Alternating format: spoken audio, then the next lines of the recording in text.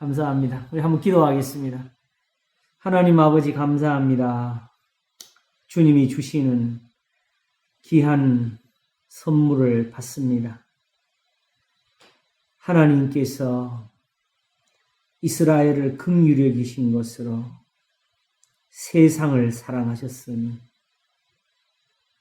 오늘도 아브라함의 복이 우리에게 있나이다. 우리 주 예수 그리스도께서 피 흘리신 사랑이 이것이니 오늘도 우리와 함께 하셔서 이 비밀스러운 것들을 나타내소서. 감사하고 예수님 이름으로 기도합나이다. 아멘.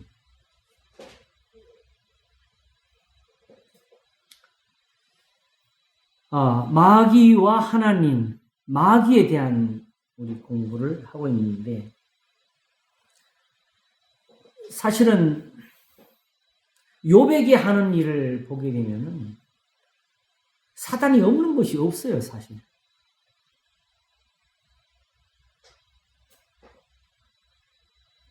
언젠가 저희 교회에 어떤 이단에 속한 사람이 와가지고 맨날 귀신 쫓는다고 자기 아들이 콧물이 나면 막 호통을 쳐요. 귀신 안 내쫓는다. 그래서 걔는 엄마가 오면은 휴지 가지고 코 속을 후벼가지고 닦아내야 돼. 그리고 자기가 그 부엌에서 일을 하다가 약간 이렇게 손을 비었어. 그러면 그 귀신 들어간 거야. 이런 이단들이 지금 되게 많습니다.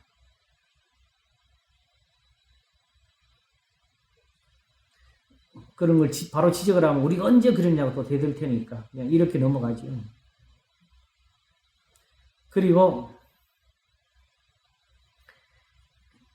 저한테 와가지고 그 목사님 그 책이라고나 보여주는데 자기는 자랑을 하는 거죠. 그 제가 바로 한마디 했지. 이대로 하면 이게 이단이라고 바로 찍었어요. 그 자기가 지금 교회에서 이 시골 교회를 우습게 보고 와가지고 어떤 그 사업을 하다가 망했는지 갑자기 막 빚쟁이들이 몰려오는 걸 피해서 도망을 나왔거든요. 서울에서까지. 그 와서 우리한테 하는 표현이 귀신들이 그냥 뭐 때려 달려들은다고 전부 다 그거 다 귀신들이에요. 자기가 잘못한 것도 다 귀신들이에요. 그놓고는 우리 교인들이 그 어려운 사람들이 시골에서 그 구역예배 같은 거 보면은 뭐라도 좀 정성으로 이렇게 대접하려고 준비를 하고 내놓잖아요. 자기네 볼 때는 좀 시답잖지 시골 사람들이 내놓는 게. 그러면 그걸 보면서 그 자리에 바로 무안을 주는 거야. 나는 서울에 있을 때 맨날 그 할 때마다 무슨 떡을 내놨다는 둥, 뭘 내놨다는 둥. 그러면서 자기가 이 교회에 온 이유는 자기 남편 장로 만들려고 하다 큰 소리를 치는 거야. 그래서 그러면 아주 우습게 보는 거지요. 뭐 그런데 우리 교인들은 또 어디서 아주 큰 교인 와는 줄 알고 그냥 꾹꾹꾹꾹 하는 거예요. 그래서 제가 우리 집사님들, 노인들을 다 불러놓고 그랬지요. 이 교회 집사님은 여기 있는 분들이라고. 교인들은 여기 있는 분. 저 사람 아직 우리 교인도 아니라고. 그러니까 저분 집사는 원래 자기 교회를 떠나면 집사가 아니니까 저 사람한테는 집사라고 부르지 말라고 내가 교육을 했어요.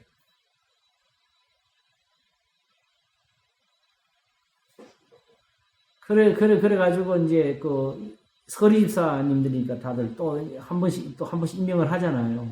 그때 자기를 뺐더니 나가면서 개떡 같은 집사들은 교회라고 막 욕을 하고.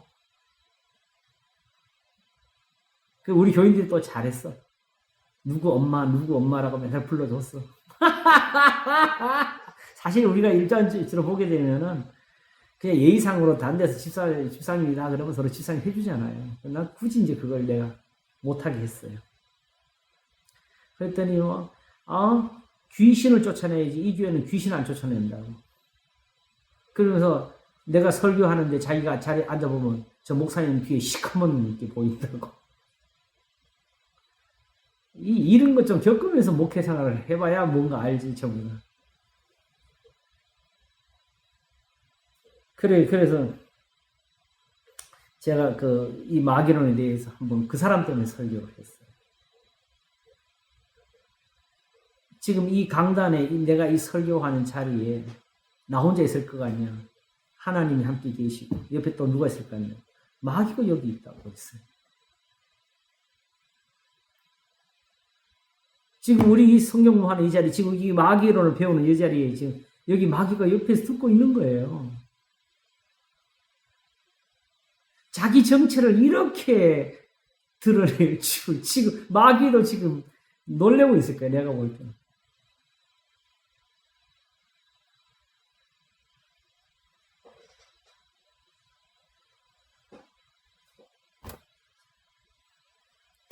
우리가 중요한 것은 우리가 사실 신앙생활에서 엄밀히 따지면은 이 마귀하고 싸울 일이 있어요. 그러나 흔히 말하는 대로 어떤 귀신 들린 사람 보고 미친 사람 보고 나가라 귀신 나가라 아까 그 사람이 하는 것처럼 뭐든지 그냥 다치거나 배 아파도 뱃속에 귀신 들어가 있다고 귀신 내쫓아야 되는 그런 귀신을 말하는 것이 아니고 그거는 무섭지다. 자, 귀신이 힘이 있어가지고 우리를 괴롭힌다 합시다.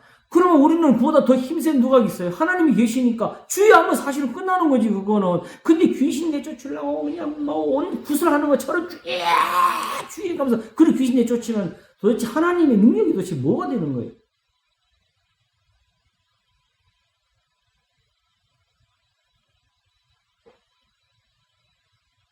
다시 돌아가 보게 되면 거라사 지방에서 무덤가에서 나오는 그 귀신 들린 사람, 그 귀신들이 예수님 보고 뭐라 그랬어요? 하나님의 아들이여, 우리와 당신이 무슨 상관이 있길래 우리를 괴롭게 하라고 여기 오셨나이까? 자기는 둘이잖아, 그죠? 군대라 그랬나? 그러면 뭐 예수를 달리 들어가지고, 야, 하나님 아들 왔다! 야, 덤비자! 잡아먹자! 할랄랄랄! 이렇게 하든지 예수님 대안에 들었어야 되는데, 하나도 못하고, 하나님의 아들이여, 우리와 당신이 무슨 상관이 있길래 우리를 괴롭게 하려고 여기 오셨나이까? 하면서, 어떻게 되냐. 때가 이르기 전에, 때가 돼서 오셔야지, 때가 되기 전에 우리를 괴롭게 이렇게 오셨나이까? 이렇게 하는 거예요. 제가 지난번에 이거 말씀드렸죠? 왜 예수님이 때가 되기 전에 오셨냐고. 때가 됐으니까 온 거지. 그럼 귀신이야말로 뭐야? 귀신이라는 말을 믿는 게 잘못이지.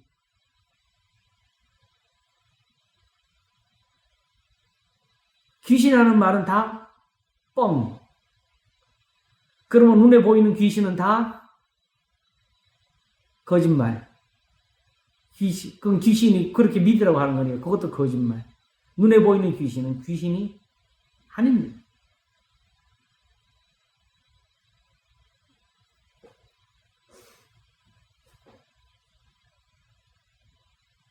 그래서 제가 그랬어요. 진짜 귀신은 지금 내 옆에서 내 입에서 나가는 이 말을 지금 트집을 삼으려고 시키고 있다고. 내가 그걸 알기 때문에 지금 이 설교를 이렇게 하는 거라고 내가 그랬어요.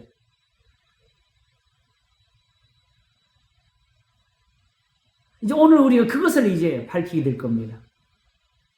그래서 오늘 제목이 뭐냐게 되면 사단은 어디서 일어나는가예요. 어떻게 해서 이거 표현이 재밌죠? 마귀가 지금 무슨 일을 한다 그랬어요? 사단을 한다 그랬잖아요. 그죠? 지난번에 계시록 12장 7절에서 본 것처럼 우리 형제들을 밤낮 고소하던 자들이라고. 그 고소할 거리를 어디서 찾느냐가 중요한 것이죠. 그래서 지난번 그 끝에 보니까 뭐가 됐어요? 있을 것으로 지금 하늘에 쫓긴 후에 이제 누가 싸우려고 그래? 하나님의 계명을 지킨 자들과 싸우려고 모래 위에 섰더라 그랬지요. 이제 그 이유를 오늘 우리가 어느 정도 보게 될 것입니다. 그러므로 중요한 것은 사단은 고소해요. 욕하고 일어나는 이 과정에서 보면 딴 거 없어요. 사단이 말 한마디 한 거지요.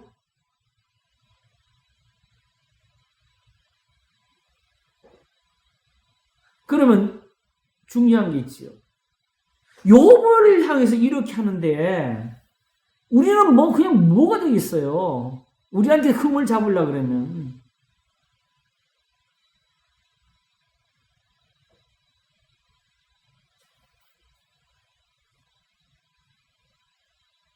사실은 욥에게 흠을 찾으려고 했지만 그때 그 욥하고 싸운 세 친구들이 하나님 앞에 꾸짖음 받는 거 아시죠?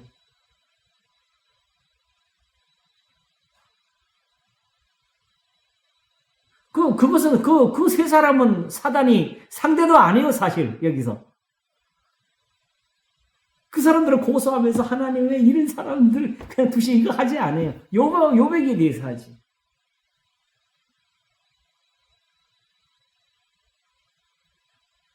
그러므로 사실은 욥기가 항상 저는 어떤 특별히 성경 교회에서 가르치는 사람들에게 중요하게 제가 소개하는 것 중에 하나인데, 지금 내가 설교하는 게 욥의 친구들과 가까운, 욥과 가까운지 한번 살펴보라 그러는 거죠. 욥은 나중에 회개를 하지요. 그러나 욥이 스스로 회개한 겁니까? 하나님이 그를 깨우쳐서 회개한 겁니까? 그렇지요. 욥의 세 친구들한테 하나님 그 일 하셨어요? 안 하셨어요? 안 했어요. 그 사람들은 그냥 그대로 가는 거예요.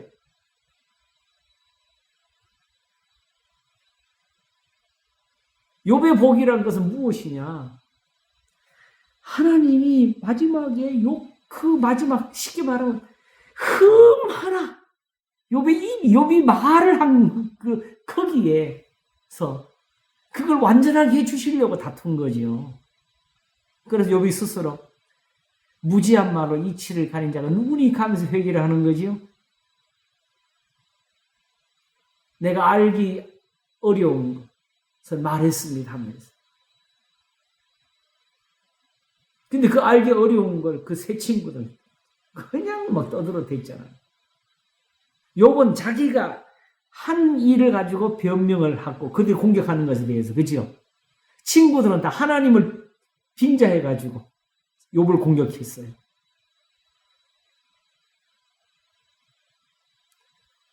어떤 설교를 하든지 교회에서 일단 가르칠 때는 거기에 다 누구에 대해서 말을 하게 되죠? 하나님께 대해서 말을 하는 거예요.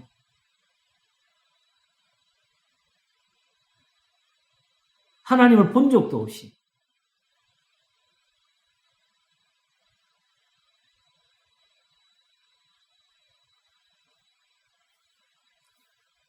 자, 이런 것들이 실제로는 사단에게 또한 어떤 기회가 될 수 있다는 것까지 오늘 보게 될 것입니다. 사단은 어디서 일어나는가? 오늘은 이 주제를 가지고 성경의 여러 곳에서 사단이 일어나는 것을 우리가 한번 보면서 풀어보도록 하겠습니다. 특별히 욥기를 바로 보겠습니다. 다시 또 욥을 보지요. 여기서 또 문제가 나오지요. 6절부터 한번 보겠습니다. 하루는 하나님의 아들들이 와서 여호와 앞에 섰고 사단도 그들 가운데 왔는지라. 이거 많은 사람들이 이걸 궁금해해요. 하나님 아들들이 누구냐? 그렇죠? 자, 여기서 성경적인 답을 가지는 지혜가 필요한데 저 그동안은 몰랐어요. 왜냐? 성경이 말씀해 주지 않으니까. 혹시라도 천사들인가?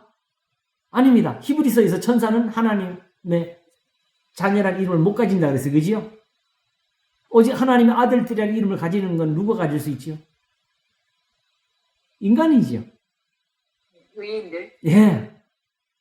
그러면 성경대로 답을 가면 바로 답이 나오지. 누구겠어요? 의인들이. 이게 이해가 안 가는 거야. 어떻게 하나님 앞에 여기 이 사람들이 서 있냐?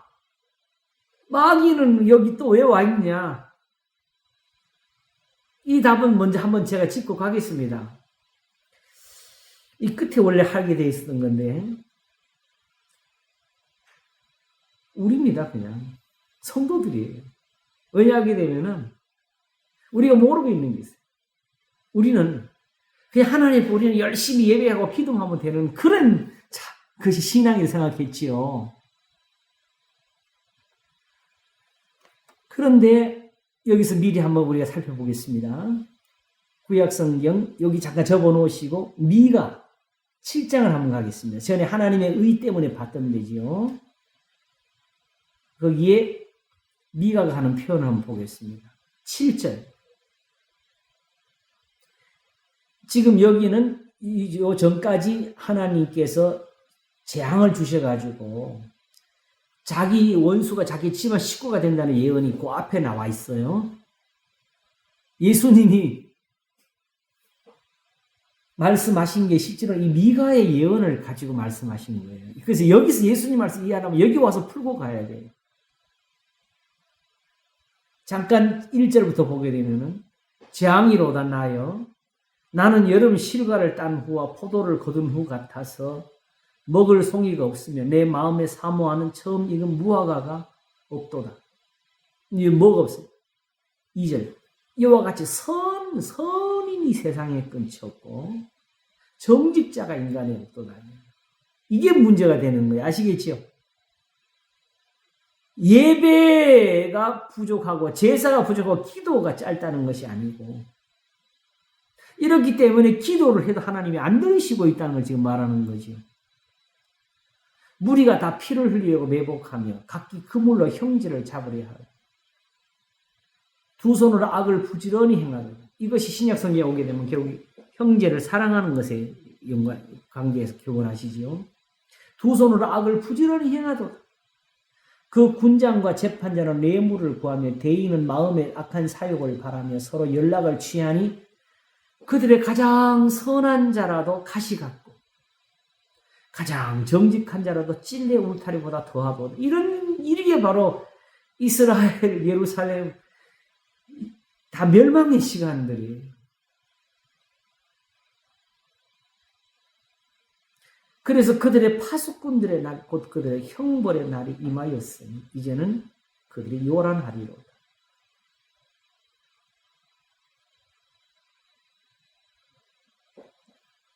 그래서 거기서 나오는 말, 이 형벌의 날이 와가지고 지금 세상이 쉽게 말하면 혼란이 생긴 거예요. 아시겠죠? 고통을 받는.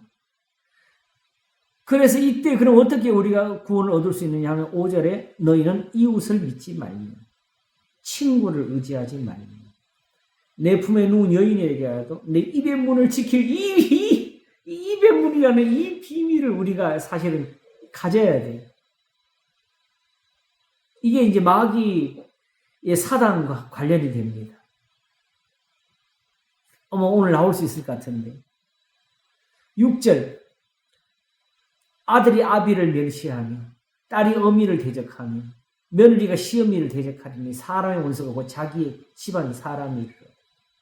예수님이 내가 불을 땅에 던지러 왔노니 이불이 내가 무엇을 원하나 하시면서 이 말을 하셨거든. 내가 화평을 주러 온이라 생각지 말라고 하셨어요. 오히려 심판을 주려고 왔 실제로. 그러니까 오히려 주님께서 이 형벌을 받지 말라고 주님이 가르치시는 거지. 하나님의 말씀대로 이루어지는 걸 우리가 두려워해야 되지요. 그죠? 거기서 또 기뻐해야 돼요. 자, 이럴 때 우리는 어떻게 해야겠냐는 거예요. 그러면 이런 세상에서 선지자는 평안하겠어요? 선지자도 고통을 받겠지요. 같이 고난을 받고. 7절. 오직 나는 여호와를 우러러보며 나를 구원하신 하나님을 바라보나니 나의 하나님 나를 들으시라. 이 한 절 속에는 이 말의 의미를 바로 이해할 수 있고 이걸 풀 수 있고 해석할 수 있는 사람은 정말 복 있는 사람이에요. 왜 여기서 이 말을 했겠어요? 우리가 여호와 하나님 왜 여호와이실까에 대해서 우리가 배웠지요. 여호와는 형상으로 보이신 적이 없고 오직 교훈으로 말씀으로 이스라엘에 나타내신 분이십니다.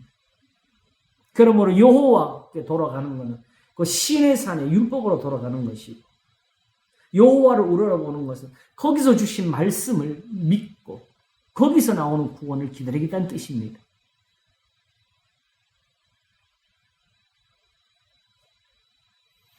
그러므로 이러고 있을 동안에 대적들이 아침 설교처럼 멸시와 조소가 넘쳐나도록 하게 되는 거고,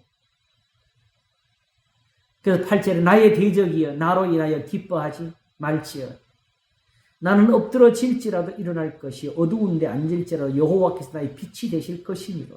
여호와께서 나의 빛이 되실 것이니라. 내가 지금 하나님 앞에서 얻은 은사대로 이 고난 가운데서 선을 행하는 것이 나의 구원이 될 것이다, 이 말을 하는 거예요.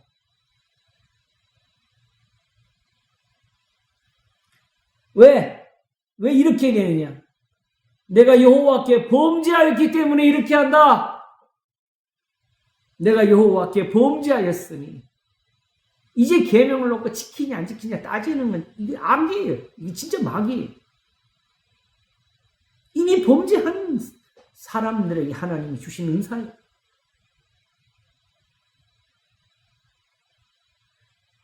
내가 여호와께 범죄하였으니 주께서 나를 위해 심판하사 신원하시기까지. 이거 이상하잖아요. 주께서 나를 위해 심판하사 신원하시기까지는 그의 노를 당하려니. 주께서 나를 인도하사 광명에 이르게 하시니 내가 그의 의를 보리로다.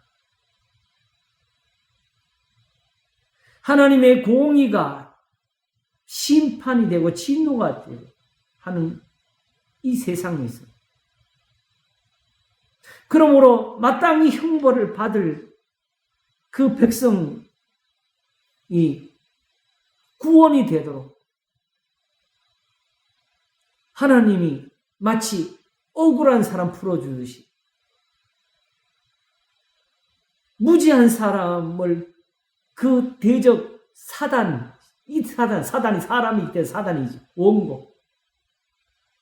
그 억울한 고소에서 건져주는 것처럼 주께서 나를 위하여 심판하사 신원하시기까지는 그의 노를 당하려니와. 그러니까 결국은 그날이 와야 되는 거예요. 하나님이 심판하시는 그날이 오히려 내가 사는 날이라고. 결국은 어떻게 해서 이 노를 당하는 동안에 주께서 나를 인도하셔서 어떻게 선을 행함으로 고난받는 것이 하나님의 뜻일진지 하시면서 그 선한 길을 우리에게 보여주시고, 그래서 결국 광명에 이르는 것이 뭡니까? 예수님이 죽은 자 가운데 부활하시는 것처럼 그 구원이 바로 구약 성경을 다 덮은 거예요. 그게 구약을 만든 거예요. 그게 이스라엘의 구원이고, 그게 아브라함의 복이고, 그게 요셉의 구원이고, 이스라엘이 받은 건짐, 홍해에서 얻은 복이지요. 죽은 자를 다 살리신 거예요. 이렇게 해서 주께서 나를 인도하사 광명에 이르게 하시리니 내가 그의 의를 보리로다. 결국 하나님의 의를 보리로다 하잖아요. 하나님이, 나는 이미 낡은 옷을 입어가지고 나의 옷이 다 낡았고 나는 더 이상 의를 찾을 수가 없는데, 하나님이 이런 사람에게 새 옷을 입혀라 하시고, 하나님이 이런 사람을 보시고 죄가 없다 하시면서 의롭다고 하고, 하나님의 법정에서 살려내신다고.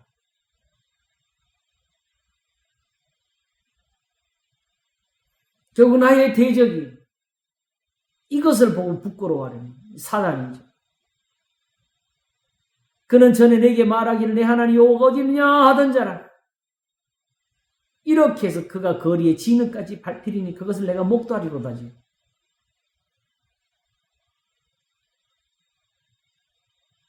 그러므로 여러분, 우리가 하나님 앞에 가서 이 미가가 하는 것처럼 이렇게 하려고 하면 결국 하나님의 그 보좌 앞으로 나아가야 되는데 그게 어디 있어요?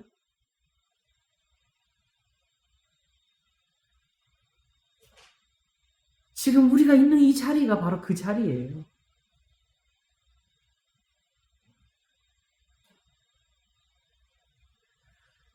바로 시편 143편 한번 볼까요?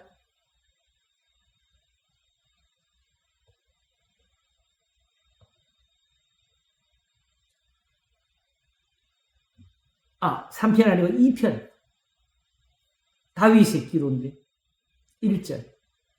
내가 소리내어 여호와께 부르짖으니 소리내어 여호와께 간구하는도다. 내가 내 원통함을 그 앞에 토하며 내 우환을 그 앞에 진술하는도다. 이게 그냥 우리는 기도라고 생각했지, 생각해보게 되면은 세상에서 이런 걸 하는 자리가 어딥니까? 바로 판사 앞이고 검사 앞이고 그런 거잖아요.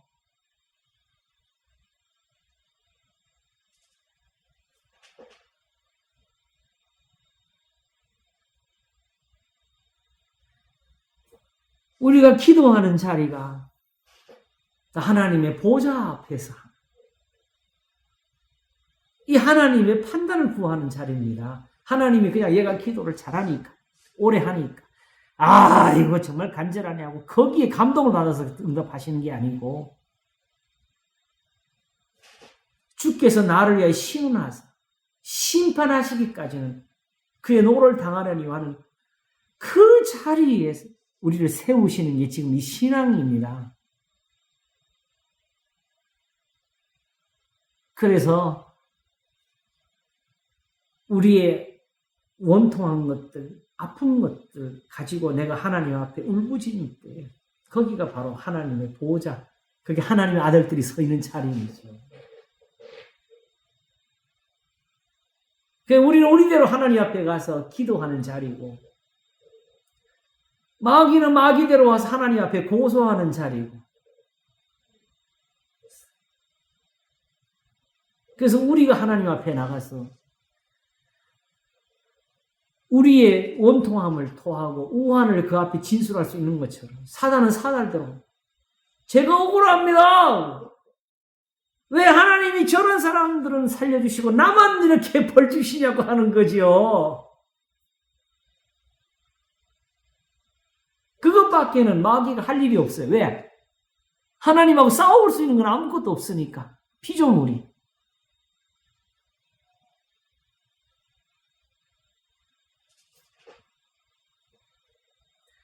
이 사단의 의미를 조금 더 확실히 하기 위해서 우리가 한 곳을 또 우리가 보고 가겠습니다. 바로 디모데전서 3장입니다.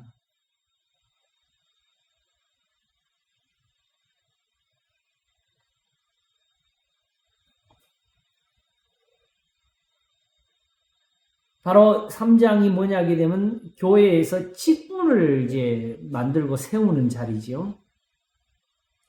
그래서 앞에 특별히 감독의 직분을 세운 일을 대해서 적었는데, 감독, 참 사실 요즘 그 신학교 문제가 이거예요. 신학교는 이 검증을 할 수가 없어. 1절. 미쁘다 이 말이여 사람이 감독의 직분을 얻으려 하면 선한 일을 사모한다 하미로다. 이 선한 일이라는 증거가 없이 그냥 시험만 잘 보면 돼. 그러므로 감독은 책망할 것이 없으며 한 아내의 남편이 되며 절제하며 근신하며 아담하며 나그네를 대접하며 가르치기를 잘하며, 이런 것을 가지고 검증을 받아야 되는데, 소위 세상 말로 그냥 나는 어디 가서 은혜 받았다, 기도 응답 받았다 하면 그게 그냥 주의 종 되는 길인 줄 알아. 술을 즐기지 아니하며 굿하지 아니하며 오직 관용하며 다투지 아니하며 돈을 사랑치 아니하며 자기 집을 잘 다스려 자녀들로 모든 단정함으로 복종케 하는 자라야 할지며, 사람이 자기 집을 다스릴 줄 알지 못지 하나님의 교회를 돌아보리요. 이 말의 의미는 제가 경험으로 보건대는 사실은 제가 목사지만은 오늘도 우리가 이렇게 모임을 갖는 것, 우리가 주님을 사랑하고 어찌든지 하나님 말씀을 우리 자신도 그러하고 그래도 누구에게든지 이것을 전할 수 있기를 원해서 그런 거 아니겠어요? 그렇지? 그러면 제가 이걸 제일 전하고 싶은 사람들이 누구겠어요? 바로 우리 아들, 딸이지.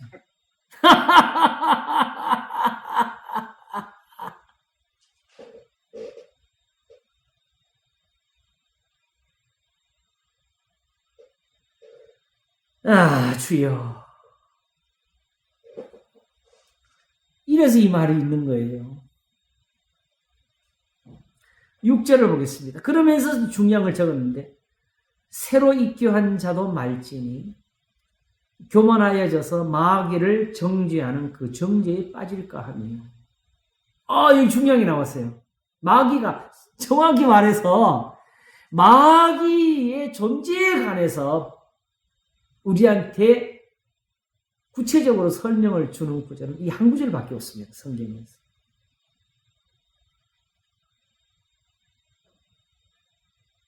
여기서 무슨 중요한 단서가 나왔냐 하게 되면은 새로 입교한 자도 말지니 하면서 교만하여져서 교만하여져서라는 말이 나왔어요. 이 교만을 또 우리는 우리대로 풀어. 교만이라는 게 뭐냐? 마귀가 하나님보다 조금 못한 존재인데 하나님 앞에서 권위에 도전해가지고 자기가 하나님처럼 되려 하다가 쫓겨난 거야. 이 해석을 해. 이 교만이라는 말을 성경에서 교만이라는 말은 하나님 앞에서 하나님의 말씀에다가 한자나 더 하는 그 생각을 다 교만이라 그러는 거예요. 성경 말씀은 이렇지만은 그런데 내 생각에는 이 하는 순간 이게 다 교만이고 하나님은 이렇게 우리한테 지혜를 주시고 명령을 주셨는데 우리는 그래도 또 다른 믿음을 구하고 다른 은사가 있는 줄 알고 하는 게 교만입니다. 하나님을 안 믿는 게 다 교만이죠. 그게 다 우리 생각에서 나오는 거니까.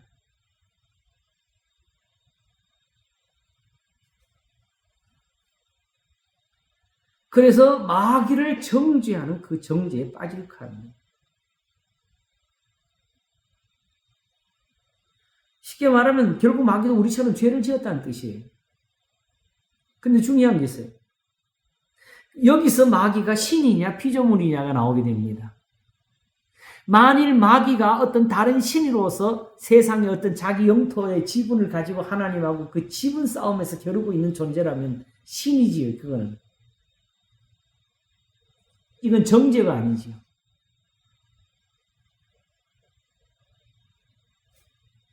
그러므로 계시록이 마지막에 나오는 것처럼 지옥에 들어가서 고통을 받는 그런 존재라는 것이 이 정죄에 들어있는 거죠. 그리고 그거는 언제 이루어져요? 하나님이 지금 끝나지 않은 싸움을 해가면서 야! 내 편이 좀 더 많아야 돼! 교회에 교인이 너무 없어! 우리가 마귀한테 지면 안 돼! 세상에 불신자들이 더 많잖아. 저 마귀들 봐. 이 싸움에서 하나님이 지금 싸우고 있는 거예요. 그게 아니에요. 마귀가 말했잖아요. 귀신들이 예수님께 때가 되기 전에 우리를 괴롭게 오셨나이까. 때가 되면 모든 것이 다 끝나는 거예요. 하나님이 심판하실 때가 있다 그랬잖아요. 그때 끝나는 거지. 마귀하고 어떤 전쟁의 끝을 보는 것이 아니에요. 그래서 계시록도 반드시 정한 기한이 있다고 가르쳤죠. 근데 그걸 또 우리는 마치 어떤 세상의 어떤 그 운명론자들이나 어떤 미신들처럼 막 미리 신이 막 시간마다 뭘 정해놓고 그때 무슨 일어나게 하면 이렇게 가르치는 거 이 진짜 거짓말이지. 하나님이 때를 따라 아름답게 하셨다는 말은 사람들이 행하는 대로 갚으셨다는 뜻이에요.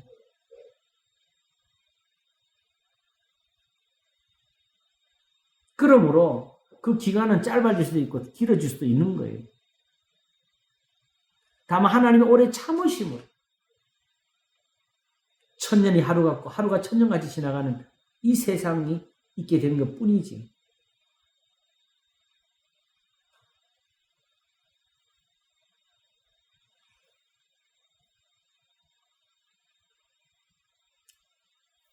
그래서 7절이 더해집니다. 또한 외인에게서도 선한 증거를 받은 자를, 안 믿는 사람들한테도 저 사람은 착하다.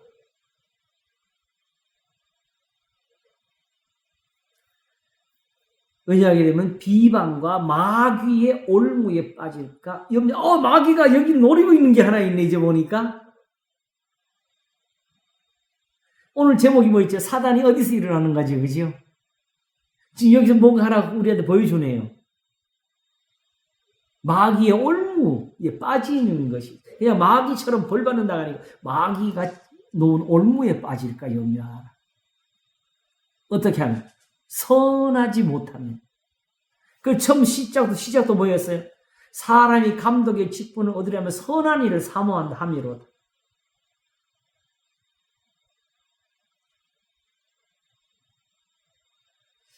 그 총신인가 제가 신학 교훈에 학교 교훈의 첫 순서가 이거라는 걸 듣고 저도 처음에 깜짝 놀랐어요. 뭐야, 목사대로 온 사람한테 첫 번째 교훈의 첫째가 뭐냐면 인간이 되라.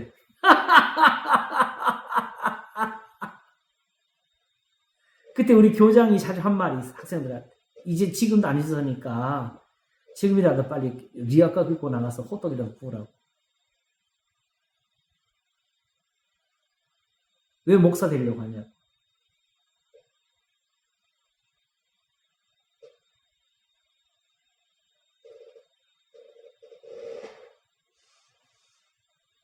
주여,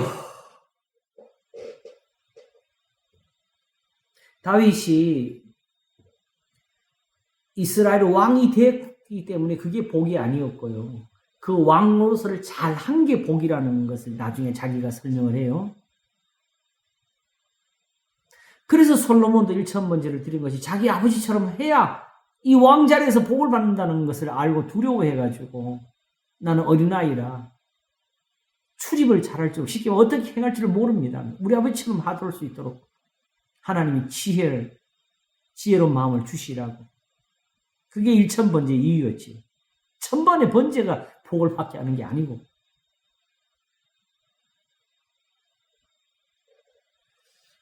정말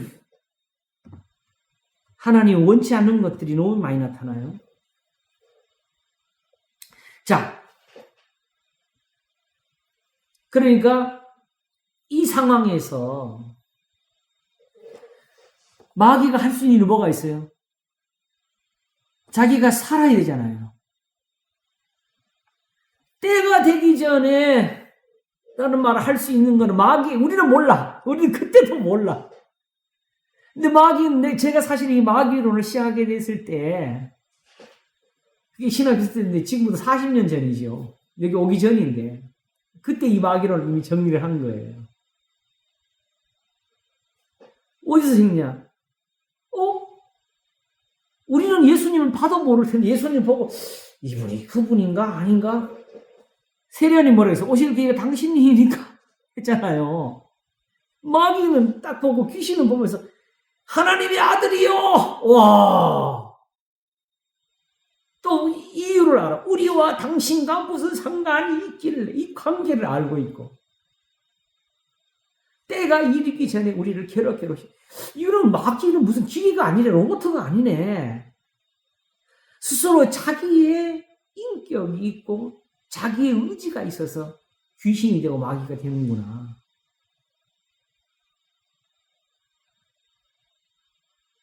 그러므로 하나님이 일부러 세상에서 시험을 주려고 마귀를 만든 게 아니라는 것을 깨닫게 됐죠. 그때 마침 하나님의 의라는 것을 하나님이 깨닫게 주셔가지고 그 하나님의 의가 이 마귀를 풀게 한 거예요. 지금 미가가 바로 내가 하나님 주의 의를 보리로 했잖아요. 그 제가 이 하기 전에 하나님의 의를 먼저 한 이유가 여기 있는 거예요. 하나님의 의를 모르면 이걸 이해할 수가 없어요. 하나님의 의를 모르면 성경을 이해할 수 없는 게 왜 욥기가 있고 아브라함이 왜 독자 이삭을 바쳐야 되고 왜 다윗이 하나님의 성전을 짓게 하는데 그걸 못 짓게 하고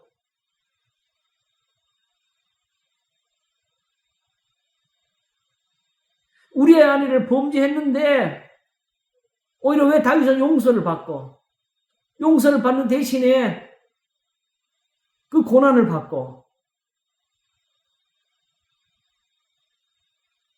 죄를 지은 건 다윗인데 죽는 거는 그 태어난 아기고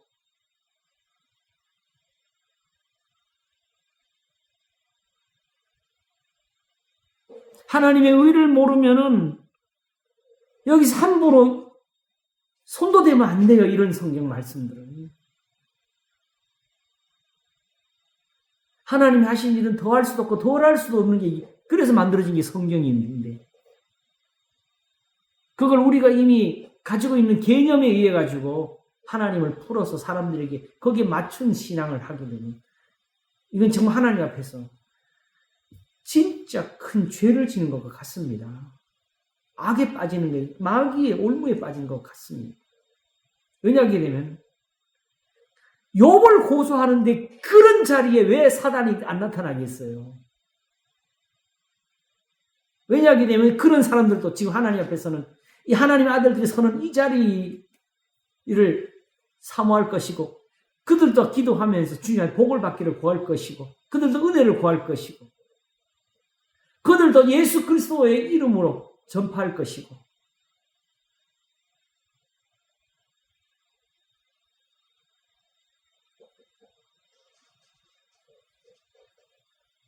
자, 그러므로 다시 욥기로 돌아와서 사단을 한 번 더 봅시다. 하나님의 아들들이 하루는 하나님의 아들들이 와서 여호와 앞에 섰고 사단도 그들 가운데 왔는지라.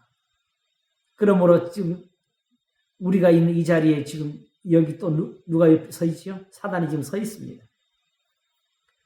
여호와께서 사단에게 이르시되 내가 어디서 왔느냐? 사단이 여호와께 대답하여 가로되 땅에 두루 돌아 여기저기 다녀왔나이다. 여호와께서 사단에게 이르시되 내가 내 종 욥을 위하여 보았느냐? 그와 같이 순전하고 정직하여 하나님을 경외하며 악에서 떠는 자가 세상에 없느니라. 여기서 중요한 건 하나님이 이 말씀을 하신 것이 사단에게서는 욥이 어찌 까닭없이 하나님을 경외하리까라는 이 고소를 내게 되는 이유가 되는 거지요.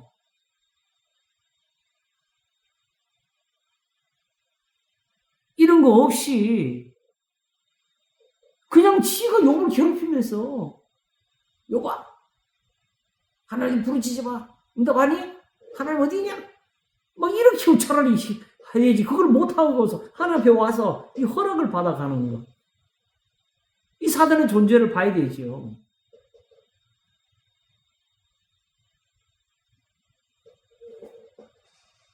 예수님께서 안식일 날에 한편 손마른 여인을 고치실 때 뭐라 그랬어요? 사단에게 내어준 딸이라고 했잖아요.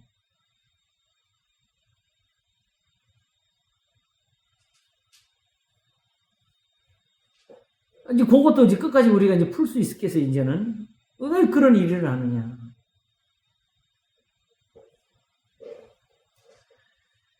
혹시라도 우리에게 또 그런 일이 일어날지. 욥에게 이런 일이 일어나는데. 문제는 여기서 뭘 보냐게 되면 사단이 지금 무엇을 따지냐. 지난번에 본 것처럼 하나님이 지금 복을 주셔놓고 그 말하는 거라는 거죠. 욥을 고소한 게 아니라 하나님이 거짓말 하시는 겁니다를 고소한 거예요. 여기서 지난 시간에 사단이 여기서 얻는 이익이 뭐냐, 유익이 뭐냐를 우리가 일단 살폈지요. 하나님이 불의하시고 세상을 심판하시리요.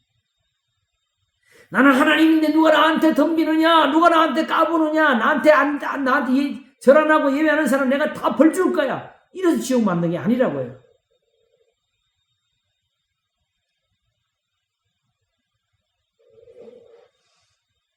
그래서 요나가 하나님께 그 짜증을 부리면서도 하나님이 오히려 그를 혼내시지 않고 그를 깨우치신 때까지 갔어요. 그죠?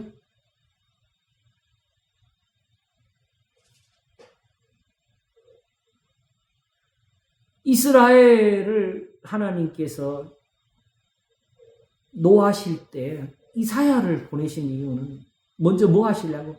오라 우리가 서로 변론하자. 지금 그들 우선 다투시려고. 요백이 하는 것처럼 진짜 요번 복 받은 사람이야. 요번 몇 장이야? 그 전체 내기는 숫자 한 서너 장 가지고 해결이 됐지요. 이스라엘은 이사야를 보내서 1장 66장까지도 해결이 안 돼. 그 많은 사랑을 주시는.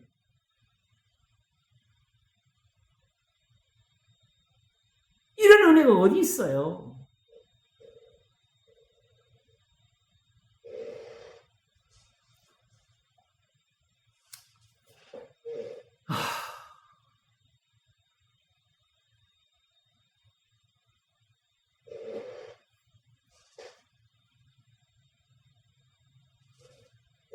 자, 그러므로 사단이 일어나는 것은 어디냐?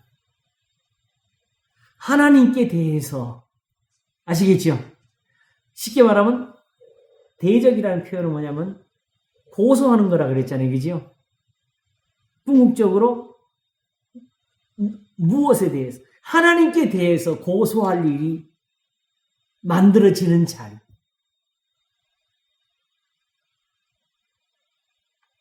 우리가 사단은 아니지만은 하나님의 아들들이 할 수 있는 그 고소에 대해서 하나님이 들으신 거 우리가 한번 살펴볼까요? 이건 아니까 바로 이야기했습니다. 바로 하나님께서 소돔과 고모라를 멸하실 때 여호와의 사자가 그쪽을 향하지요. 그럴 때 남은 사자가 거기 서 있을 때 아브라함이 자기 조카 롯을 생각해서 세상을 심판하시는 이가 공의를 행하실 것이 아니니까 하면서 그 성에 50명이 의인이 있으면 그 50의인을 위해서 그 성을 용서치 아니하시리까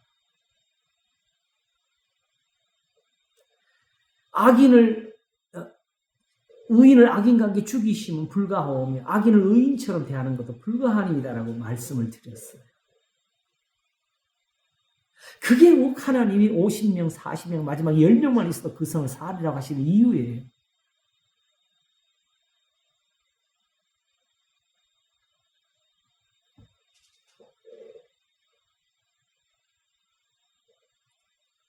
하나님께 그게 있어서 그렇게 우리가 기도할 수 있는 거고.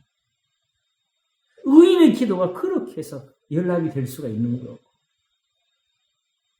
그래서 본래는 죽으리라 하던 사람도 그렇게 해서 다시 하나님 앞에 돌이킬 수가 있는 거고. 이게 하나님의 의로우심입니다. 야곱이 이스라엘이라는 이름을 얻었잖아요. 그지요? 그게 야복강이잖아요. 야복강에서 씨름을 잘해서 얻었겠어요? 야곱은 이미 복을 받았어요. 받았는데 다만 자기 식구들하고 자기의 그 재물, 그 짐승들을 다 야복강을 건너놓고 자기는 못 가는 거야. 왜냐하면 에서가 자기 죽일까 봐.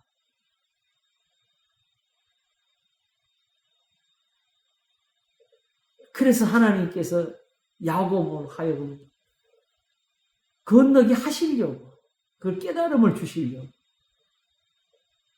천사와 씨름을 하게 하셨고 마지막에는 너는 사람과 하나님으로 겨루 이긴 자라는 하신 이스라엘이라는 이름을 주신 거거든요. 하나님하고 사람이 싸워서 이길 수 있나요? 천사가 왜 그렇게 힘이 없어가지고 천사는 날아다니려고 발 근육이 약했나?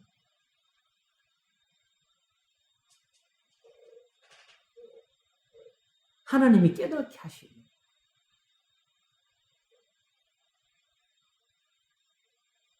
그러면 하나님하고 사람이 싸워서 이기면은 무슨 일이 벌어질 것 같아요? 세상에서 싸움을 해봤어요. 우리가 알지. 싸움을 하게 되면은요, 진 사람은 이긴 사람이 요구하는 대로 다 내줘야 돼요. 그게 옛날에 전쟁이 끝에 나오는 거지. 항복을 하고. 그래야 항복한 그 진 사람이 그래도 목숨은 살리니까. 다시 말하면 하나님과 싸워서 이겼으니까 이제 야곱이 하나님 앞에 주장을 하면 하나님은 무조건 어떻게 해야 돼요? 다 들어주셔야 된다는 뜻이죠. 왜 그렇게 해요? 그게 하나님의 법이니까.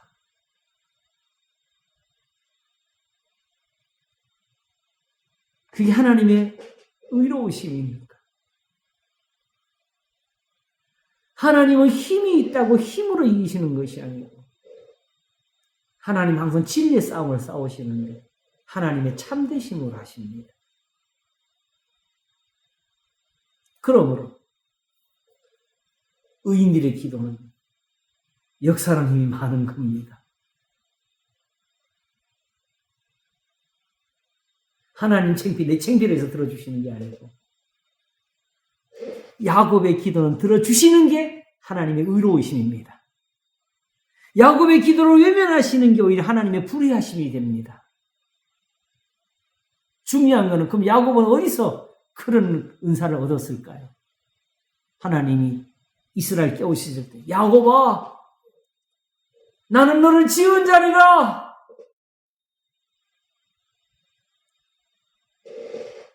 하나님께서 만드신 거지요. 그런 야곱을. 그러므로 네가 기도하면 다 된다. 네가 원하는 대로 되니까 걱정하지 말고 건너가라고. 세상에는 아직도 그게 남아요. 야곱이 요셉을 잃었을 때 마지막에 그 요셉이 그 막내 동생을 데려오라고 했잖아요. 그죠? 형제들한테. 근데 그 요셉의 동생이 요셉 잃어버리고 얘 맞아 잊어버리냐고 안 버리려고 몸부림을 치다가 결국은 양식을 얻어야 되니까 유다가 만일 내가 이 아이를 데려오지 못하면 내 아들을 담보로 잡히겠다 아버지한테 하니까 그때 야곱이 깨닫고 내가 아들을 잃게 되면 이르리로 하고 보내는 게 그게 바로 이 승리를 가져오는 거예요. 결국 깨우침이 만드는 믿음이 이렇게 큰 겁니다. 그냥 하나님 믿습니다 하는 이 믿음이 아니고요.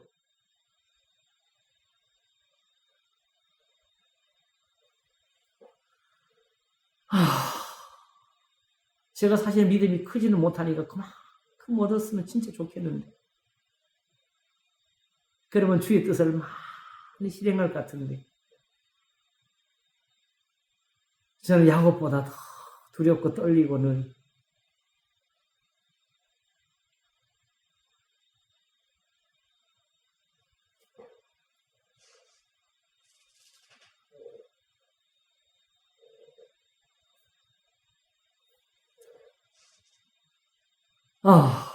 하나님은 의로우신 분이란 그런 것을 있는 것입니다. 그것이 바로 우리에게 그런 기회가 있는 것처럼 마귀에게도 뭐예요?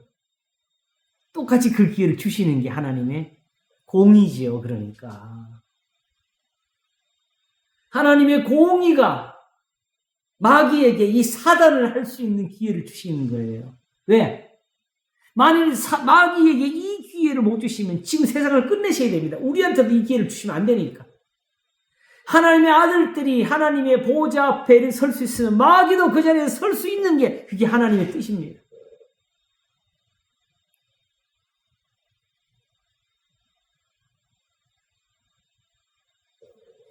문제는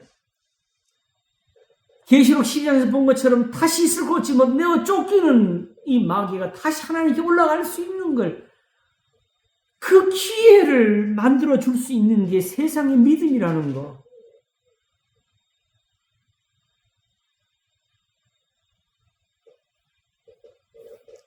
그래서 예수님이 요한복음 24장에서 마귀가 할 수 있으면 택하신 자라고, 그죠? 넘어뜨리려 한다 그러죠? 택하신 자라고. 마귀가 살 수 있는 길은 거기밖에 없어요. 하나님이 복을 주시는 곳에서 사단이 일어날 수 있는 거지.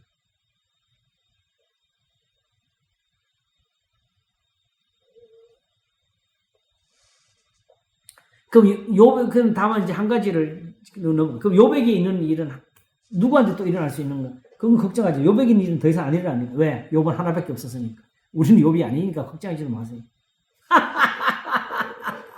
다만 요백에서 보게 되면 요백에서 두 번 다시 그런 일이 생겼어요, 안 생겼어요? 다시 없습니다. 하나님이 이기셨으니까.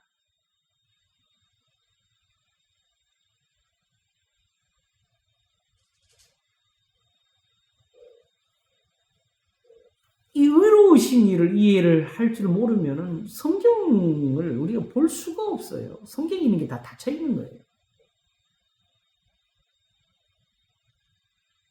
이 성경이 우리에게 이렇게 전해지기 위해서 하늘에서는 무슨 일이 있었지요? 요한계시록 보니까 책이 보이는데, 그죠? 예. 7 인이 다 봉해져 있어요. 능히 그 인을 뗄 자가 없어서 울었더라고. 할 때에 장로 중에 하나가 어린 양이 이기셨으니까 그 인을 떼실 거라 하면서 인을 떼실 때마다 사실은 그 비밀이 앞으로 일어날 것인데 비밀이 풀어지는 게 그게 이제 계시록에 남은 부분이 되는 거지요. 근데 그걸 하기 위해서 어린 양 이기시는 게 있어가지고 인을 떼실 수 있는 그 권세를 가지셨기 때문에 이 성경이 이렇게 우리한테 드러나게 되는 거예요. 계시록은 비밀이 아니고요. Revelation, reveal, 드러나다. 보여주시는 거예요. 성경은, 계시는 보여준 거지. 이 비밀을 숨겨놓은 게 없어요. 여기서 이제 비밀을 캐는 사람은 거짓말쟁이, 사기치는 겁니다.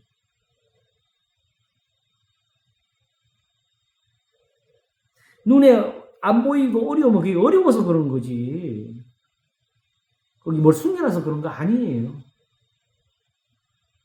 우리는 그럼 다만 우리는 보기는 보아도 알지 못하는 것 뿐이지. 듣기는 들어도 깨닫지 못하는 그 두 남이 문제지. 하나님이 여기서 보물찾기 하라고 뭘 비밀을 감춰놓고 그냥 뒤지고 그걸 잘 찾는 사람 천국 가게 하고 그걸 잘 찾는 사람을 하나님이 종으로 삼고 그런 거 아닙니다. 그러려면 처음부터 왜 그 일을 왜 하셔요? 차라리 그냥 처음부터 드러내시면서 모든 사람이 보게 하시지. 그렇지 않고 모든 비밀 하나 찾아놔가지고 그 사람을 하나님의 종으로 삼아서 저 사람 따르라고 이렇게 이단들 일어나게 만들고 절대로 목사들이 그 자리에 들어가면 안 됩니다. 교회는 그런 자리가 되면 안 됩니다.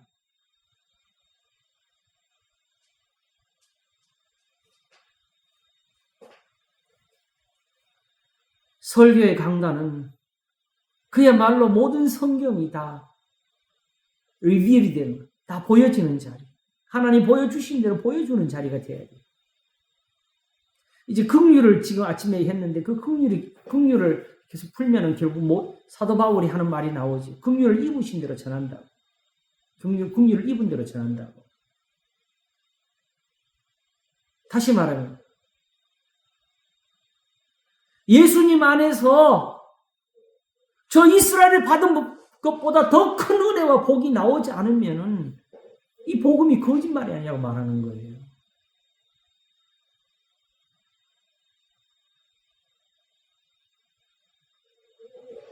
정서가 가르치기를 어제가 오늘보다 나으면 어쩌면요 이렇게 묻는 것이 지혜가 아니다라고 하잖아요. 어제가 언제예요?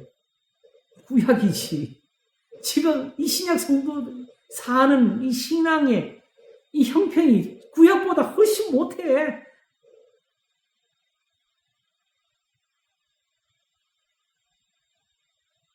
누가 모세가 이스라엘 이끌던 그 시절처럼 그런 추억을 만들어낼 수가 있어요.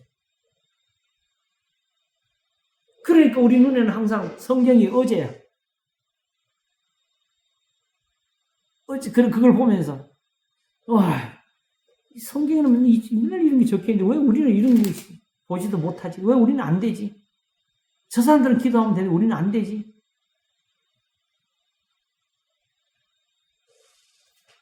그게 지혜가 아니라 하나님이 우리 그걸 보여주시는 것은 어제보다 오늘 더 많은 걸 할 수 있다고 보여주시는 거예요. 제가 아침 설교에서 그걸 했지. 그러므로 하나님이 계시는 자리가 어디냐? 깊은 산도 아니고 땅굴도 아니고 이 성경입니다. 여기 하나님의 긍휼이 쏟아지는 자리. 이것 때문에 다음 주에 설교를 한번 또 할 거예요.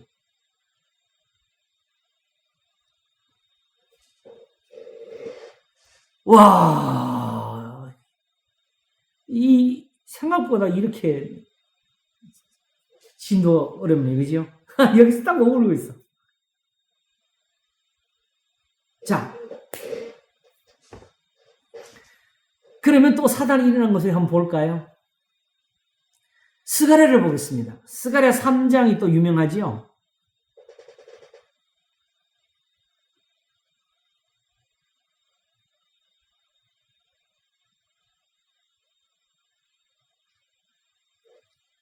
그 앞뒤로 좀 어떤 어려운 그 환상 같은 것들이 적혀 있어요. 그 부분들을 일단 적어 놓고, 알기 어려운 것보다 항상 드러난 것에서 모든 것을 발견하면 돼요. 1절을 보겠습니다. 대제사장 여호수아는 여호와의 사자 앞에 섰고 사단은 그의 우편에 서서 그를 대적하는 것을 여호와께서 내게 보이시니라. 여기 뭐가 나왔지? 사단이 뭐해서 우편에서 뭐하고 있어요? 대적하고 있어요. 제대로 보여주고 있죠. 근데 지금 이때가 언제냐면 여기 보니까 다리오 왕 시대 같아요. 다리오 오면은 어떻게 된 겁니까? 바벨론, 그러니까 바사 왕 때 고레스 때문에 다시 돌아와가지고 이제 예루살렘 성전을 다시 짓고 있을 때이죠. 그죠? 근데 그 공사가 한번 중단이 되죠. 이방인들이 그 바사 왕한테 찔러가지고. 그래서 그 고소장을 받은 사람이 결국은 그 고레스 왕의 조서를 찾아가지고 다시 공사를 시행시키죠. 그때가 다리오 왕. 근데 공사가 중단되어 있던 시절이죠. 하나님 앞에서는 이 성전 이스라엘에게는 굉장히 중요한 은사예요. 그래서 대제사장 여호수아는 여호와 사자 앞에 섰고 사단은 그의 우편에 서서 그를 대적하는 여호와께 보이시니 하는데 지금 이렇게 그 막혀있고 공사가 중단이 되고 한 모든 이유 중에 하나가 바로 이런 대적이 있었다는 걸 보여주시는 거지요. 여호와께서 사단에게 이르시되, 여기는 재미있게 됐어요. 하나님이 직접 변론을 직접 하셔. 사단아, 여호와가 너를 책망하노라. 예루살렘을 택한 여호와가 너를 책망하노라.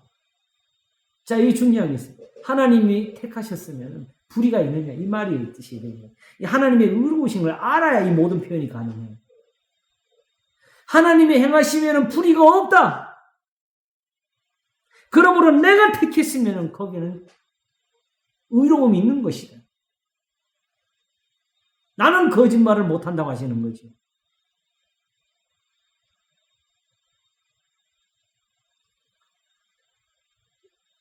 그러면서 이는 불에서 꺼낸 그슬린 나무가 아니냐라고 여호수아를 변론하세요.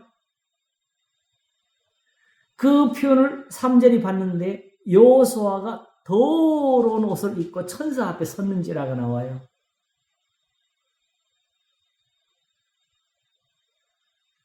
더러운 옷이 뭡니까? 제가 이제 원래 풀 때는 여기서 접근을 먼저 했었어요. 원래 제사장들은요, 성전을 못 벗어나요.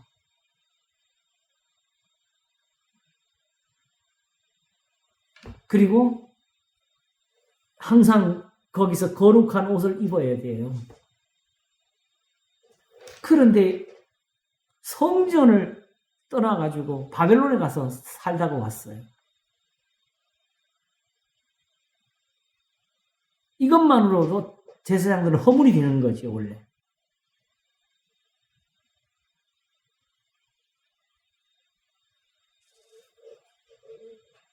이것만으로도 죄가 되는 거예요, 제사장들은.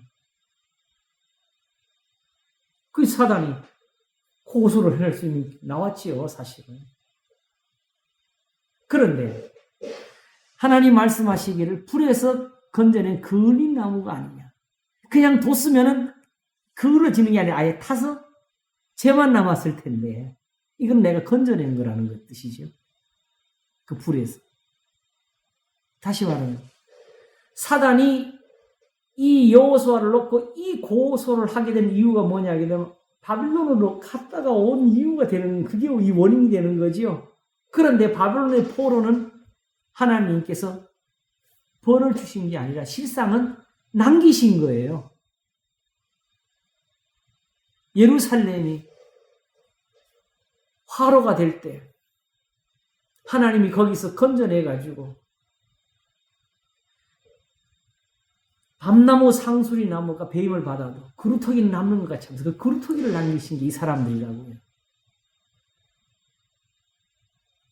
그러므로 이미 예루살렘에서 죽은 제사장들하고 다른 의로움을 가진 사람이 지금 이 옷을 더럽힌 제사장이다. 이건 하나님이 건져낸 사람이었지.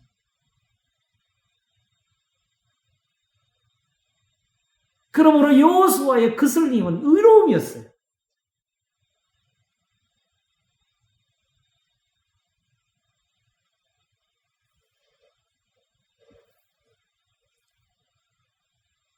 그래서 4절에 여호와께서 자기 앞에 선 자들에게 명하사 그 더러운 옷을 벗기라 하시고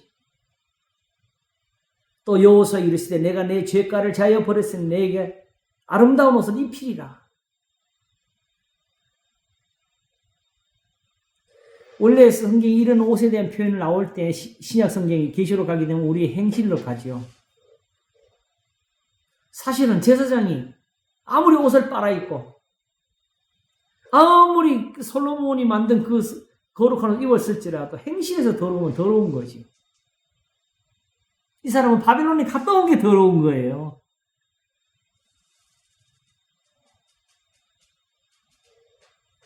왜냐하면 이 사람이 그냥 나 이제 제사장 그만할래 하는 게 아니고 여전히 지금 대제사장의 그 지위를 가지고 있잖아요.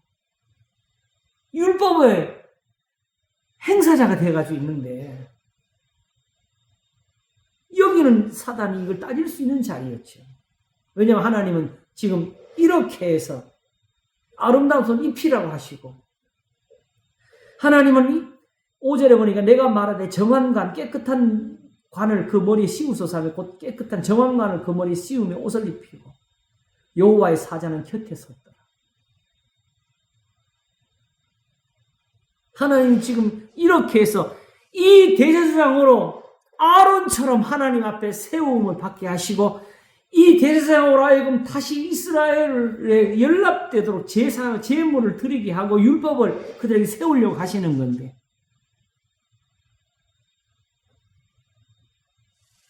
마치 욥에게 복을 주시는 것처럼 제가 전에 말을 했잖아요. 욥이 죄가 없어서 이렇게 순전함이라는 표현을 들은 게 아니라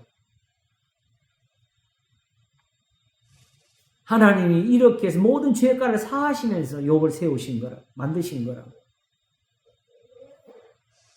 그러므로 여기서 이제 이 옷에 대한 설명이 사실은 나옵니다. 6절. 여호와의 사자가 여호수아에게 증거하여 가로되 만군의 여호와의 말씀에 내가 만일 내 도를 준행하며 내 율례를 지키며 내가 내 집을 다스릴 것이요. 제사장인 권위로 그냥 제사장의 모자 쓰고 제사장 복장했으니까 제사장이 아니다.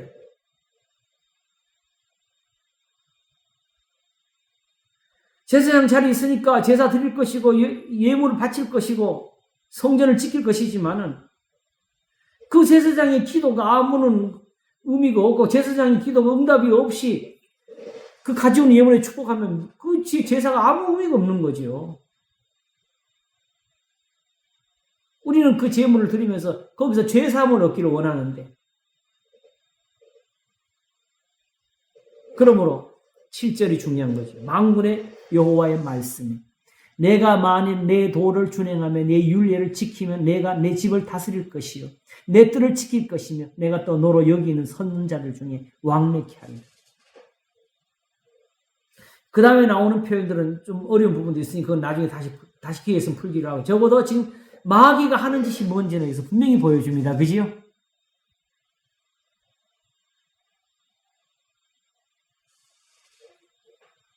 그러므로 사단이 있는 곳에는 항상 뭐가 있어요? 하나님께 대해서 고소할 것이 있는 거예요.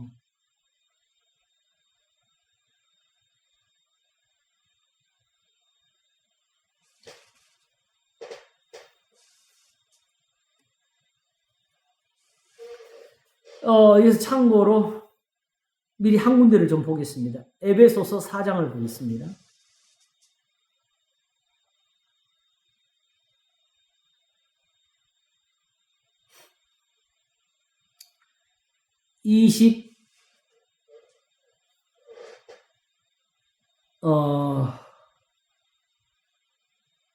21절부터 한번 보겠습니다.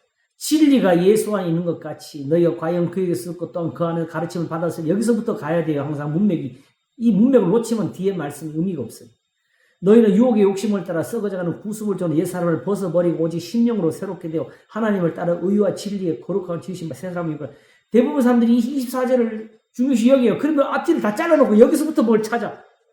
의와 진리, 거룩함, 이걸 이성, 감성, 믿음 막 이렇게 해가면서, 그런 것 좀 하지 마세요. 이 말을 왜 하느냐? 그 다음 말 하려고 그러는 거 어떻게 하라고? 그런 적이 나오고, 그런 적, 접속사가 나오잖아요. 그런 즉 거짓을 버리고, 이 거짓은 성경에 있는 말씀이 아닌 건 다 거짓이라는 거예요. 성경대로 하라는 거예요. 각각 그 이웃으로 참된 것을 말하라. 성경대로. 우리가 서로 지체가 돼. 왜? 우리도 똑같이 이스라엘처럼 복을 받을 수 있는 사람들이 됐으니까 이스라엘처럼 살아라. 어떻게? 26절. 분을 내어도 죄를 짓지 말고 해가 지도록 분을 품지 말고 마귀로 틈을 타지 못하게. 여기에 마귀가 틈을 타네. 다시 말하면 뭐지? 하나님께 고소할 거 있게 만들지 말라는 소리죠. 왜 그렇죠? 지금 이 교훈을 주시는 이유가 뭐예요? 바로 우리를 욕처럼 만드시려는 거고, 그렇죠? 이것을 다시 대제사장인 여호수아에게 거룩하게 입히는 것처럼 우리도 제사장처럼 만들려고 하시는 은혜가 여기 있으니까.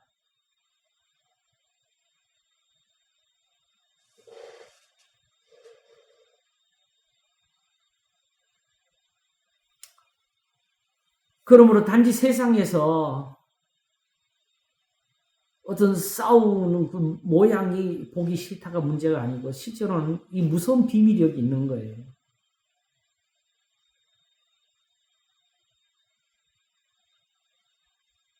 그래서 야고보서 1장에서 뭐가 나왔죠? 사람마다 분내는 것이 하나님의 의를 이루지 못합니다. 그리고 야고보서 3장을 한 번 더 같이 보겠습니다.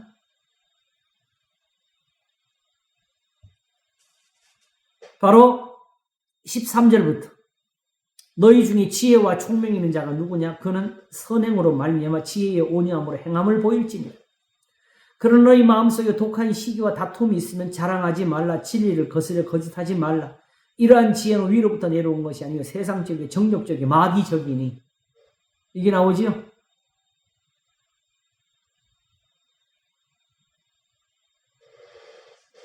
다툼이 있는 곳에는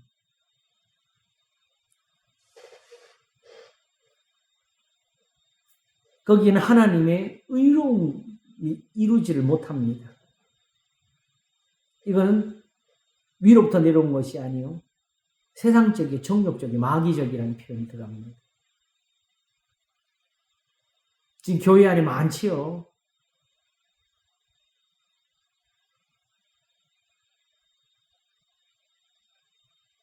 목사들도 싸우고 장로들도 싸우고 교인들도 싸우고 교회와 교회끼리 싸우고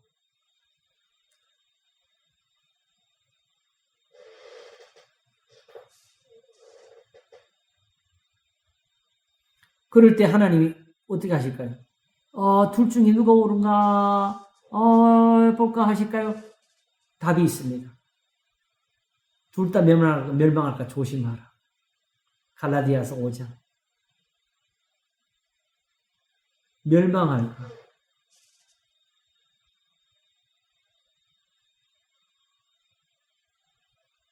자, 이런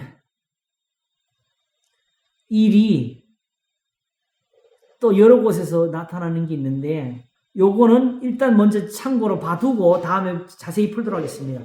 사무엘하 24장 1절을 보겠습니다.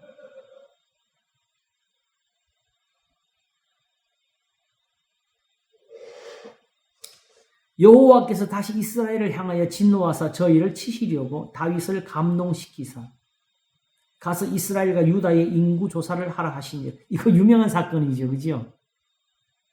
다윗의 말년에. 이 부분을 잘 보세요. 여호와께서 이스라엘을 향하여 진노를 어디다 하셨어요? 다윗에게 하신 거예요? 이스라엘에 하신 거예요? 그런데 그래서 이스라엘을 치시려고 하나님이 일으키시는 거예요. 그래서 다윗을 감동시켜서 가서 이스라엘 유다 인구를 조사하라. 다윗이 그냥 한 일이 아니네. 왜 이렇게 일이 일어나지? 하나님 왜 이렇게 하시죠? 이걸 보여주는 게 바로 똑같은 사건을 다른 눈으로 보여주는 본문. 역대상 21장 1절.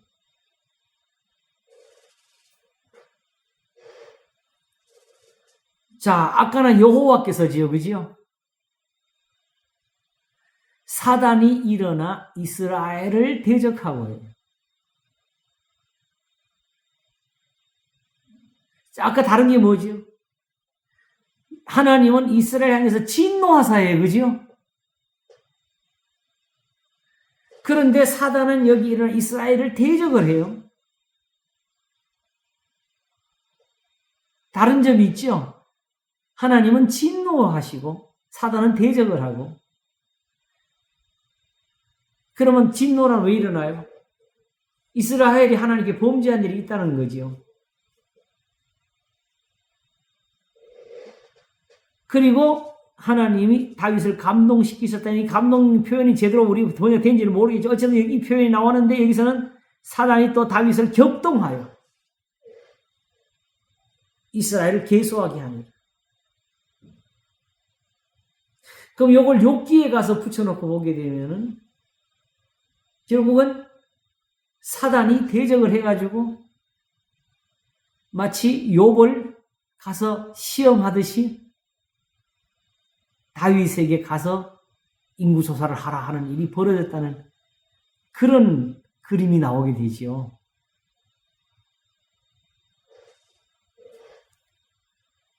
결국은 여기도 궁극적으로 원인은 뭐지요?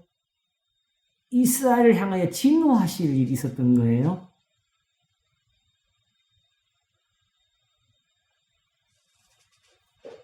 그럼 여기서 사단은 왜 다윗을 대적하느냐?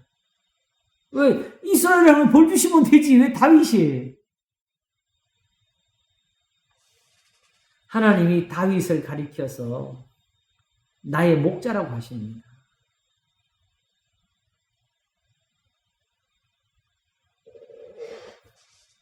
아까 야곱에 대해서 말할 때 이스라엘을 제가 설명을 드렸잖아요.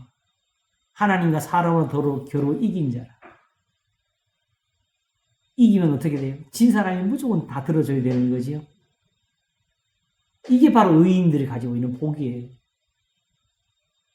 바로 지금 이스라엘을 하나님이 다윗을 위해서 왕을 주신 것이, 이스라엘을 위해서 다윗을 세우신 것, 다윗이 처음부터 그걸 말을 했어요.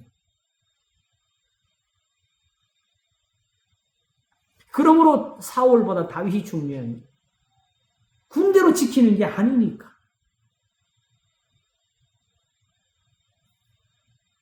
그러므로 사울의 재물보다는 하나님 앞에서 순종하는 다윗이 나오니까, 그게 하나님의 이스라엘을 위해서 복을 줄 수 있는 일이니까.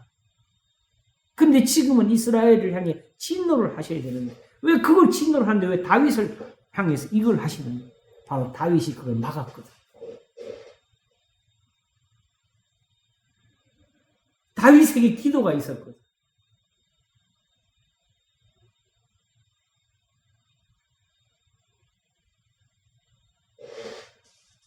그러니까 하나님 왜 이스라엘 볼 주셔야지. 왜 이 볼을 안 주시냐고. 내 종 다윗 때문이다. 다윗처럼 한번 시험해 보세요.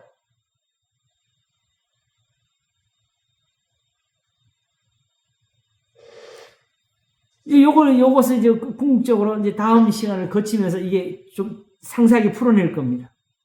적어도 이런 일이 있어가지고 사단이 일어나. 오늘 주제는 사단은 어디서 일어나는가. 그러므로 우리가 죄를 지면 마귀에게 기회를 준다.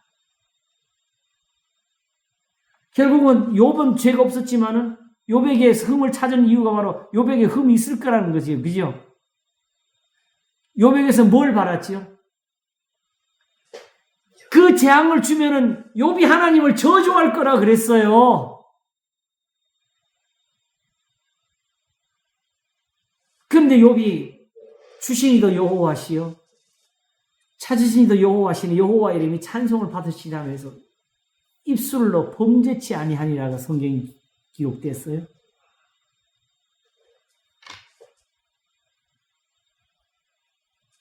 궁극적으로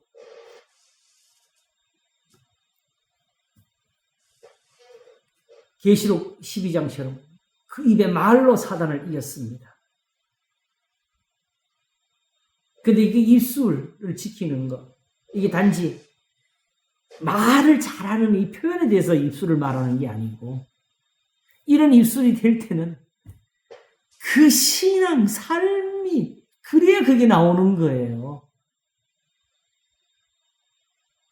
예수님 말씀처럼 입으로 들어가는 게 사람을 더럽게 하는 것이 아니고, 입에서 나오는 게 사람을 더럽게 하는 거는 악한 생각들.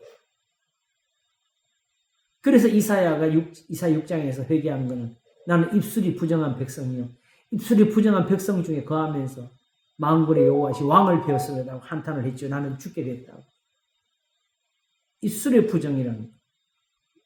이게 곧 우리의 삶이고 이게 믿음이고 이게 우리의 악이고 범죄에 들어가는 겁니다. 이거 외운다고 이 말 하는 거 아니에요. 아침도 설교하면서 이 시편을 외워가지고 쭉 부르진다고 이 기도가 되는 게 아니라고 제가 그랬잖아요. 다만 지금 이 말씀 하는 거예요. 여기서 나오는 이 슬픔, 애탕, 이 간절함을 가지고 결과적으로 이걸 하나님께 들으시도록 할 수 있는 그 예배를 찾아야 되는 거라는 거죠. 그러므로 지금 듣는 이 설교와 이 예배, 이렇게 드리는 이 예배가 이걸 담고 있을 때 이 예배가 살아있는 거죠. 그러므로 우리는 이걸 이 마음으로 찾아낸 게 지금 우리가 드리는 이 예배라고 제가 아침에 가르친 거예요. 그걸 말하기 위해서. 아까 정호자님 그 찬송가 너무 슬프다 그랬는데 본질적으로 원래 그 슬픔을 가졌어야 돼. 그 슬픔을 알고서 이 성경을 봐야 이 예배의 가치를 사실 아는 거죠.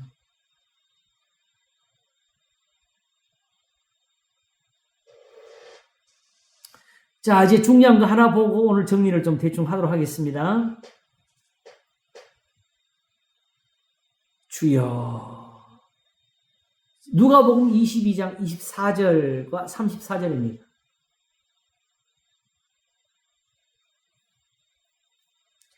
여기가 바로 뭐냐게 되면 예수님이 잡히시는 날 밤입니다. 그죠? 바로 요즘 말하면 성찬식을 행하시고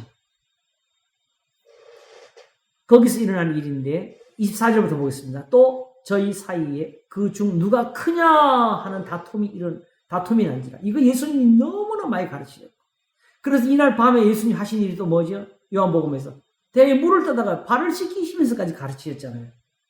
그래도 이게 일어나. 예수께서 이르시되 이방인의 임금들은 저희를 주관하며 그 집권자들은 은인이라 칭함을 받으나 너희는 그렇지 않을지 너희 중에 큰 자는 젊은 자와 같고 두목은 섬기는 자와 같을지니라. 앉아서 먹는 자가 크냐 섬기는 자가 크냐 앉아 먹는 자가 아니냐. 그러나 나는 섬기는 자로 너희 중에 있는 것. 예수님은 섬기는데 우리는 앉아서 먹으려고. 너희는 나의 모든 시험 중에 항상 나와 함께 앉아. 이 시험이란 표현 그냥 그 고난을 말하는 게 아니고 단연 하나님의 말씀대로 사는 그 은혜의 삶을 가리키는 거죠. 우리가 히브리서 2장과 4장에서 봤죠. 내 아버지께서 내 나라를 내게 맡기신 것 같이 나도 너희에게 맡겨. 너희로 내 나라에 있어 내 상에서 먹고 마시면 또는 보좌에 앉아 이스라엘 12지파를 다스리게 하려 하노라. 이 제자들을 향한 예수님의 생각입니다. 그렇죠? 근데 여기 사단이 들어와요. 왜? 이런 제자들이 자기네끼리 지금 누가 높으냐고 싸우고 있어요. 예수님 지금 잡히시던 그 자리에서.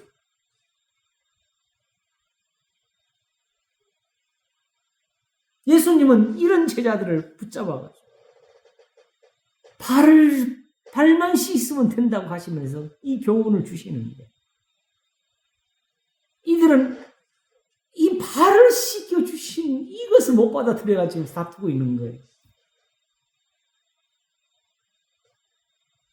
하나님은 흠이 없게 하자고 하시는데 우리는 이까지 크면 뭐 이게 무슨 이거 흠이냐고 버티는 거죠. 아직도 세상에서 이런 머리를 써야 교회에서도 큰 사람이 되는 줄 아는 사람이 너무 많아요.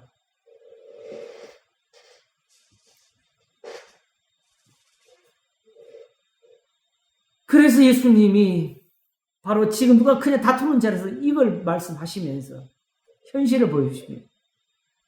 31절 시몬아 보라 사단이 너희를 밀가부로 하려고 너희를 청구하였어. 저는 제가 아는 표현, 제가 본대로 이 설명을 해주는데 우리는 사실 곡식을 까불 때 어떻게 해요? 키에 놓고 막 바람에 막 이렇게 하는 거지, 그죠?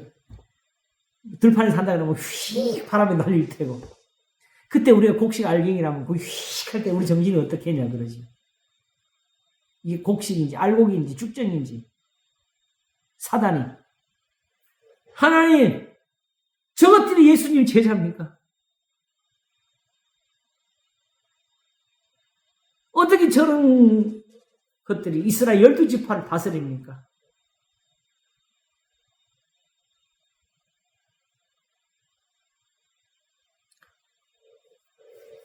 그래서 예수님께서 다만 여기서 미리 그러나 내가 너를 위해 내 믿음이 떨어지지 않기를 기도하였노니 너는 돌이킨 후에 내 형제를 예수님 기도가 여기 있어가지고 일어난 일이 뭔지 보십시오.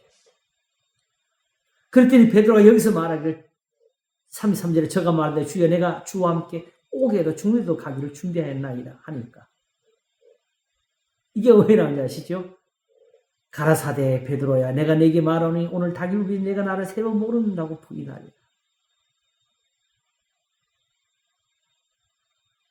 이게 사단이 일어난 거예요.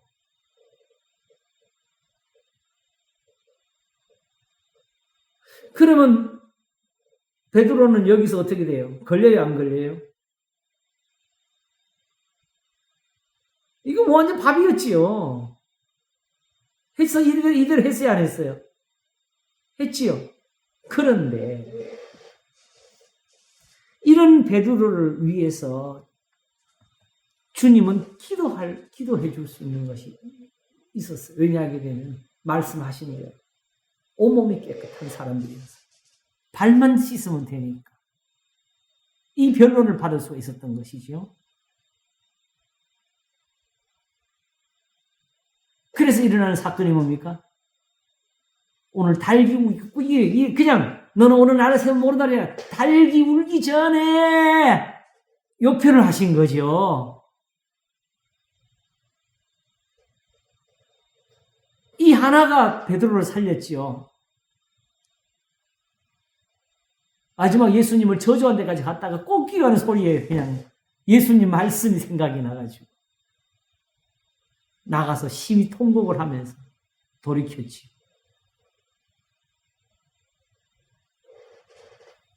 은혜 줄 자에게 은혜를 주시고 긍휼 자에게 긍휼을 주시는 게 이런 거예요. 아무리 함부로 우리가 예수님 제 아들을 평가하면 안 돼요. 때로는 실수를 하지요. 그러나 그들은 제자들이 우리하고 달랐어요.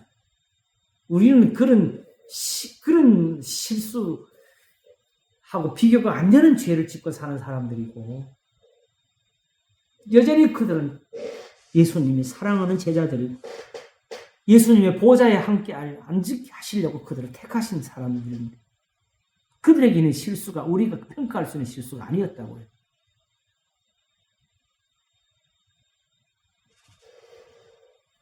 그러나 어찌됐든 오늘 주제가 뭐였죠? 사단은 어디서 일어나는가였지요, 그렇죠?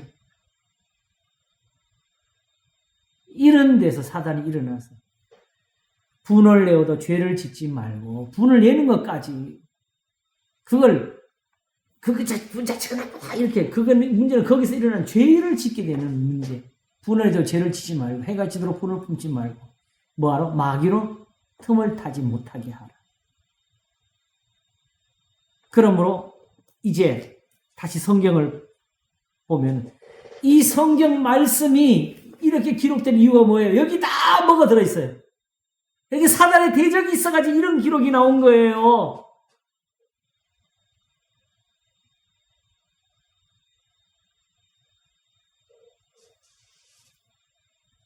그리고 하나님께서는 그야말로 베드로에게 꼭기요 하시는 것처럼 우리한테 그 꼭기요를 주시려고 이 성경을 보게 하시는 거지.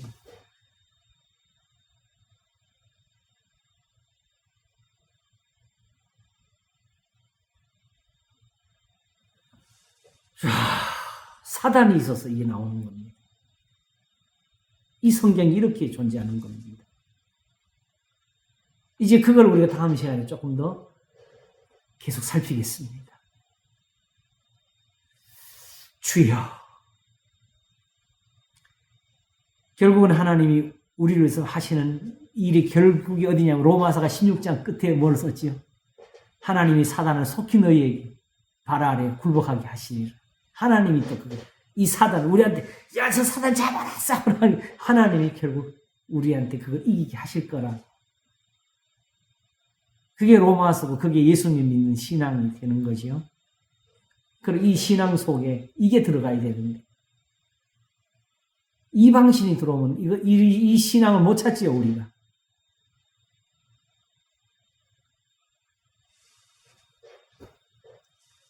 하나님이 여호와이신 것부터 시작해서 예수 그리스도께서 바로 그 하나님의 형상이신 것을 아는 데까지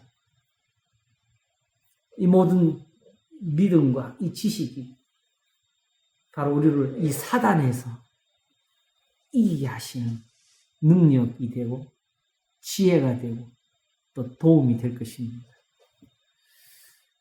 오직 그렇게 해서 하나님은 단 한 가지 은사로 살리십니다. 나의 의인은 그 믿음으로 말미암아 살리라. 우리가 살 겁니다. 아, 죽으면 안 되는데. 아유. 왜 죽는다는 소리를 하셔요? 그래서 제가 오늘 아침에 123편 그 찬송을 그렇게 슬프게 지은 거예요. 아유, 목사님 하고 싶으신 거 다 하시고 하늘나라 가셔야지. 주여, 기도하겠습니다.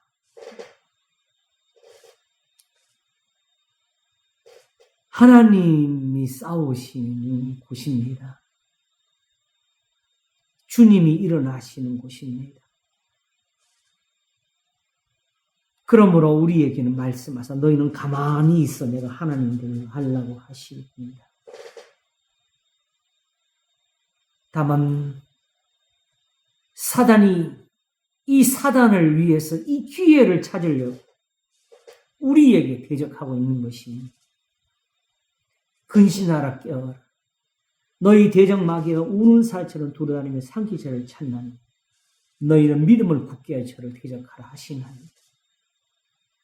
우리에게도 같은 싸움이 있게 되는 것은 하나님이 우리를 위하셨기 때문입니다. 욥을 위하시는 것처럼 허물이 있는 제자들을 끝까지 사랑하셨고 세상에서 누구보다도 허물이 많은 저희들을 오늘도 이스라엘과